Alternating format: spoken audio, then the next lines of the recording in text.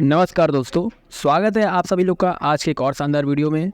And दोस्तों, mutual fund के case में आपने एनएवी के बारे में ज़रूर सुना होगा। दोस्तों, एनएवी का मतलब होता है नेट एसेट वैल्यू। जैसे स्टॉक के केस में स्टॉक प्राइस होती है, उसी तरह म्यूचुअल फंड के केस में एक यूनिट की कीमत उसकी एनएवी जितनी होती है। एक्सपेंस रेशियो के माध्यम से हर दिन म्यूचुअल फंड चलाने का खर्च निकाल लिया जाता है और इसके बाद ये एनएवी कैलकुलेट होती है। तो अब दोस्तों, इसकी एनएवी कैसे कैलकुलेट करें?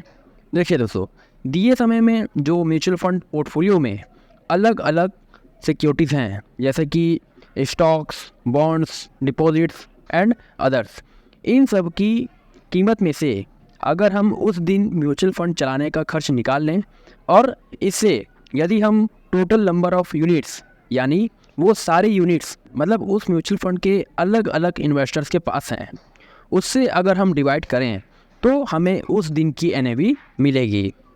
एनएवी हर वर्किंग डे पर कैलकुलेट होती है, क्योंकि म्यूचुअल फंड पोर्टफोलियो में ये जो stocks, bonds, deposits and other investment ways है, इनकी मार्केट वैल्यू डिमांड सप्लाई की वजह से बदलती रहती है और mutual fund investors mutual fund units खरीदते बेचते रहते हैं और इस वजह से दोस्तों एनएवी हर दिन बदलती रहती है।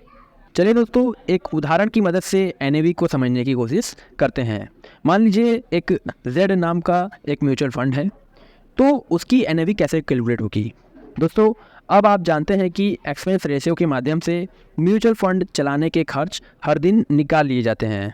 तो जैसे हमने एनएवी के फॉर्मूले में देखा, म्यूचुअल फंड जेड के पोर्टफोलियो की कीमत में से यदि हम आज म्यूचुअल फंड जेड चलाने का खर्च निकाल लें और हमें 100 करोड़ की वैल्यू मिले और आज मार्केट में 10 करोड़ यूनिट्स हैं म्यूचुअल फंड जेड के, तो आज म्यूचुअल फंड जेड की एनएवी होगी 10 रुपये। मान लीजिए 10 रुपये की एनएवी पर आपने 10,000 रुपये म्यूचुअल फंड जेड में इन्वेस्ट किए हैं, तो आपको एनएवी 10 होने के कारण 1000 यूनिट्स मिलेंगे।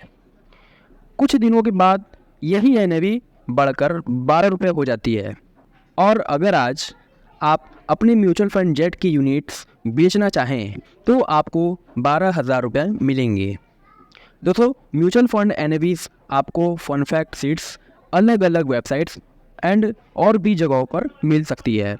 तो दोस्तों, अगर आपको किसी म्यूचुअल फंड के अपने मतलब कि यूनिट्स पता हो और एनएवी पता हो, तो आप अपने इन्वेस्टमेंट की वैल्यू निकाल सकते हैं।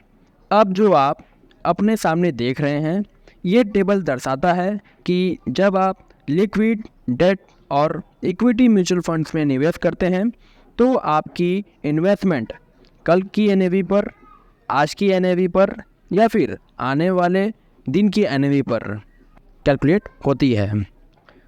जब दोस्तों आप लॉन्ग टर्म के लिए इन्वेस्टमेंट करते हैं तो एनएवी एक दिन इधर उधर हो जाने पर आपके रिटर्न्स पर ज़्यादा फ़र्क या फिर इम्पैक्ट नहीं पड़ेगा, मगर जब आप लिक्विड फंड्स में कुछ दिनों के लिए या फिर डेट और इक्विटी म्यूचुअल फंड्स में एक बड़ी रकम जैसे कि 20 से 25 लाख रुपए एक साथ इन्वेस्ट करते हैं, तो एनएवी आपके रिटर्न्स पर प्रभाव डाल सकती है। तो दोस्तों, इस वीडियो में हमने जाना कि एनएवी क्या होती है, उसे कैसे कैलकुलेट करते हैं और एनएवी कौन से सिचुएशंस में आपके रिटर्न्स पर इम्पैक्ट डाल सकती है। सो आई होप दोस्तों, आशा करता हूँ ये वीडियो आपको अच्छा लगा होगा, कुछ सीखने को मिला होगा, हेल्पफुल लगा होगा। तो ज़रूर इस वीडियो को लाइक एंड शेयर कर देना। साथ में अगर आपने फर्स्ट टाइम विजिट किया है तो ज़रूर चैनल को सब्सक्राइब कर लेना, ताकि हमारे आने वाले किसी भी वीडियोज़ की नोटिफिकेशन आपसे मिस ना हो। So thank you very much दोस्तों, मिलते हैं किसी नए टॉपिक के साथ, तब तक के लिए बाय।